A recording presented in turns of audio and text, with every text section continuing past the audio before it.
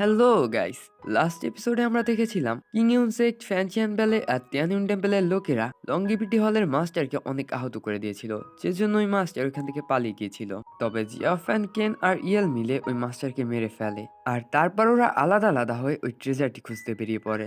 অন্যদিকে কিং ইউনসেক্ট আর বাকি সেক্ট ওই ট্রেজারটি খুঁজতে জঙ্গলের গভীরের দিকে যায়। তবে ওইখানে অনেক বিষাক্ত কুয়াশা ছিল, আর তখনই ওই কুয়াশার মধ্যে ওদের সামনে অনেক বড় একটা পাইথন চলে আসে। এখন এই এপিসোডের শুরুতে ওরা সবাই ওই পাইথনকে দেখে একদম ফ্রিজ হয়ে যায়। ওরা বুঝতেই পারছিল না যে এত বড় ক্রিয়েচার এখানে আসলো কিভাবে। তখনই ওই বিশাল পাইথনটি ওদের চারিদিকে ঘুরতে শুরু করে, যার জন্য ওইখানে অনেক বড় একটা টর্নেডো তৈরি হয়ে যায়, আর ওরা সবাই ওই তুফানে আলাদা আলাদা হয়ে যায়। তাছাড়া ওই পাইথনটি ওদেরকে কিছু না বলেই ওইখান থেকে চলে যায়। এদিকে স্যাং আর মঙ্ক ওই তুফানে আলাদা হয়ে দূরে সিটকে এসে পড়ে।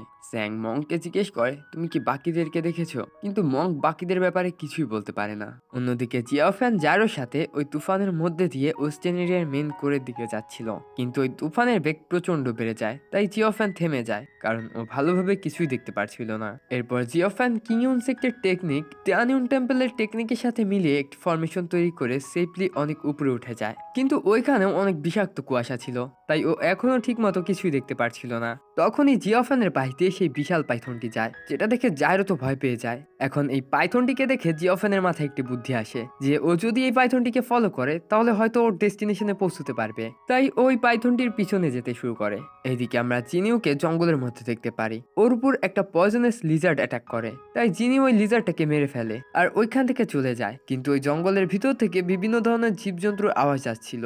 তখনই জিনিউকে একটি চিলে তাড়া করে, তবে ওই চিলটি একটি ডালের ফাঁকায় আটকে যায়, কিন্তু সামনে এগোতে না এগোতেই ওর উপর একটা বিষাক্ত সাপে আক্রমণ করে। তবে জিনিউ সময় থাকতে ওর জীবন বাঁচিয়ে নেয়, কিন্তু জিনিউ খুবই ঘাবড়ে ছিল, কারণ এই জঙ্গলটি খুবই ভয়ঙ্কর, তাই ও দ্রুত ওইখান থেকে সামনের দিকে যেতে লাগে। অন্যদিকে আমরা মেসেঞ্জার আর ফ্যানচিয়ান বেলের সেই মেয়েটিকে দেখতে পারি, ওরা দুজনও তুফানে আলাদা হয়ে গিয়েছে।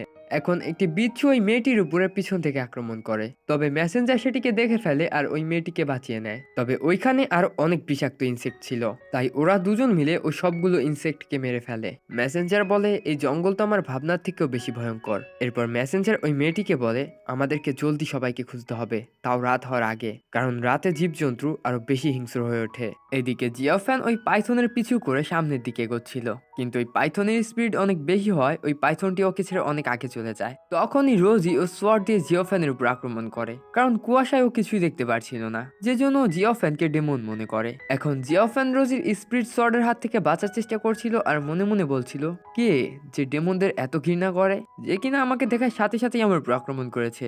এখন জিওফ্যান ওর স্টিক দিয়ে ওই সোয়ার্ড গুলোকে ডিস্ট্রয় করার চেষ্টা করে, কিন্তু রোজি পিছন থেকে ওর ফরমেশনের পাওয়ার আরো বাড়িয়ে দেয়, যেটা দেখে জিওফ্যান পিছনে সরে আসে, আর ও বুঝে যায় যে এটা কিং ইউনসেক্টের কোনো স্টুডেন্ট, কারণ ওর স্পিরিচুয়াল পাওয়ার তেমনই ছিল। এখন রোজি কুয়াশার মধ্যে দিয়ে চারিপাশ থেকে জিওফ্যানের উপর আক্রমণ করে, তবে জিওফ্যান ওই অ্যাটাকগুলো থেকে নিজেকে বাঁচিয়ে নেয়, তাই রোজি ওর উপরে আবার একটা শর্ট ফরমেশন ব্যবহার করে। এটা দেখে জিওফ্যান ওর চারিপাশে একটা শিল্ড তৈরি করে ফেলে, যার জন্য ওর কিছুই হয় না। এরপর ওরা দুজনেই এই ফাইটটা জলদি শেষ করার জন্য নিজের ওয়েপন চার্জ করে একজন আরেকজনকে মারার জন্য এগোতে লাগে, কিন্তু যখনই ওরা একজন আরেকজনের কাছে চলে আসে আর চেহারা দেখতে পায়, তখন ওরা দুজনেই চমকে যায় আর ওদের যার ওয়েপন সরিয়ে নেয়। পরের সিনে আমরা দেখতে পাই রোজির পাস্টের কথা মনে পড়ে। ও জিওফ্যানকে বলেছিল, আমি তোমার অনেক বড় শত্রু হব, কিন্তু রোজি এখনো এটার জন্য প্রস্তুত ছিল না, কারণ ও কোথাও না কোথাও জিওফ্যানকে ভালোবাসতো, তাই রোজি ওইখান থেকে চলে যায়। অন্যদিকে জিওফ্যান একটি গাছের উপর দাঁড়িয়ে ভাবতেছিল যে রোজি ওকে মেরে ফেললো না কেন, কারণ রোজি সবচেয়ে বেশি ডেমনদের অপছন্দ করত।